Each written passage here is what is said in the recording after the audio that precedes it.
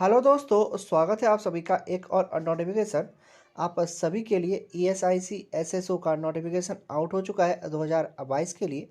अब चलिए इसके ऑफिशियल नोटिफिकेशन पर जाकर के इसका पीडीएफ देख लेते हैं और आगे का बात वहीं से कर लेते हैं।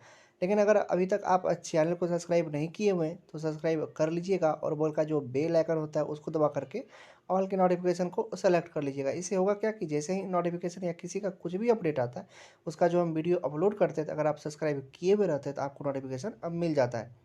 इसमें आपका बेनिफिट है, आप सब्सक्राइब कर लिया करिए। अब चलिए इसके ऑफिशियल नोटिफिकेशन पर आपको ले चलते हैं और आगे का बात वहीं से कर लेते हैं। ये हम आ गए हैं इसके ऑफिशियल नोटिफिकेशन पर। अब देख लेते हैं कि कितना नंबर ऑफ वैकेंसी कितना है। तो टोटल नंबर ऑफ वैकेंसी 93 है और आपको इसमें कैसे कैसे अप्लाई करना है, क्या इसका एजुकेशनल क्वालिफिकेशन है, सभी पर बात कर लेते हैं। तो यहाँ आप इसेंशियल क्वालिफिकेशन देख रहे हैं कि आपके पास क्या होना चाहिए। तो एक डिग्री ऑफ रिकॉग्नाइज्ड यूनिवर्सिटी, मतलब आप ग्रेजुएट होना चाहिए किसी भी रिकॉग्नाइज्ड यूनिवर्सिटी से। और प्रेफरेंस किसको दिया जाएगा? जो ग्रेजुएट होंगे कॉमर्स, लॉ एंड मैनेजमेंट में। और working knowledge of computer including use of office study and database, मतलब आपको कंप्यूटर नॉलेज नेसेसरी किया गया है। और जिस भी स्टेट से आप अप्लाई कीजिएगा वहाँ का आपको लोकल लैंग्वेज आना चाहिए। उसके बाद ये सब सभी चीज़ में सेम ही रहता है कि नेशनलिटी सिटीजनशिप आप इंडिया के नागरिक होना चाहिए, नेपाल के नागरिक होना चाहिए। मैंने होता है एज क्राइटेरिया एक बार बता देते हैं कि 21 से 27 ईयर तक अगर आपका एज है तो आप इसके लिए अप्लाई कर सकते हैं। वैसे age relaxation as per government rule आपको मिलेगा, जैसे SC ST OBC सभी को मिलता है उतना आपको मिलेगा। लेकिन वैसे नॉर्मल वाला जो एज दिया गया है तो वो है कि 21 से 27 तक के बीच में अगर एज है आपका तो आप इसके लिए अप्लाई कर सकते हैं। अब सभी कुछ सेम सब कुछ में रहता है कि फ़ोटो ये सब का इसमें साइज दिया गया है। अब चलिए इसके एग्ज़ाम प्रोसेस पर बात कर लेते हैं कि इसमें एग्ज़ाम कैसे कैसे होगा। उससे पहले पेमेंट फ़ी आ गया है तो पेमेंट आ गया है तो पेमेंट आपको कितना कितना करना पड़ेगा। तो इसके लिए ऑल अदर कैटेगरी के लिए 500 किया गया है, लेकिन एक्स सर्विसमैन, फीमेल कैंडिडेट, ऐसे सब कैंडिडेट के लिए सिर्फ 250 एप्लीकेशन फ़ी रखा गया है। अगर आप इसमें नहीं आते हैं तो आपको 500 फ़ी देना पड़ेगा।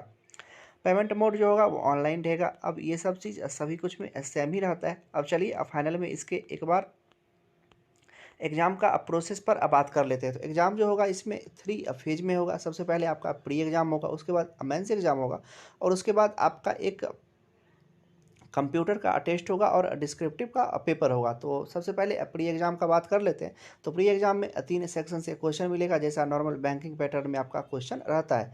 तो 30 क्वेश्चन 30 मिनट, ये सभी प्री पैटर्न में जो आपका प्री जैसा बैंकिंग का प्री रहता है वैसा ही इसका प्री एग्जाम वाला सब कुछ सेम रहेगा, सिर्फ ये।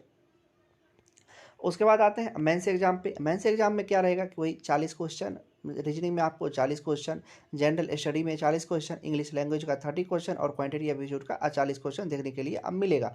और टोटल 2 आवर का समय दिया जाएगा और मैक्सिमम मार्क्स जो होगा वो 200 का रहेगा। अब बात कर लेते हैं डिस्क्रिप्टिव पेपर और कंप्यूटर स्किल टेस्ट का।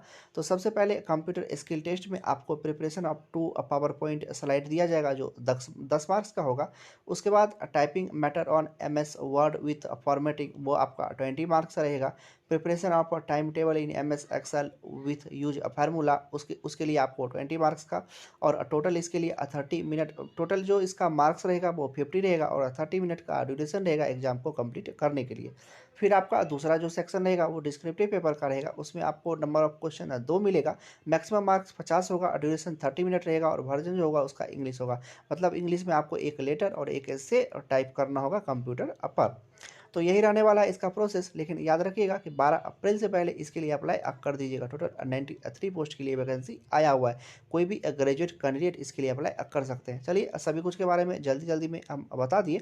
ओवरऑल अगर आप अप्लाई इसमें इंटरेस्टेड है तो इसके नोटिफिकेशन को एक बार ध्यान से जा करके आप पढ़ लीजिएगा। चलिए मिलते हैं इसी तरह के किसी दूसरे नेक्स्ट वीडियो में। अगर सब्सक्राइब नहीं किए हुए तो कर लीजिएगा। तब तक आप अपना ध्यान रखिए। Love you, bye bye.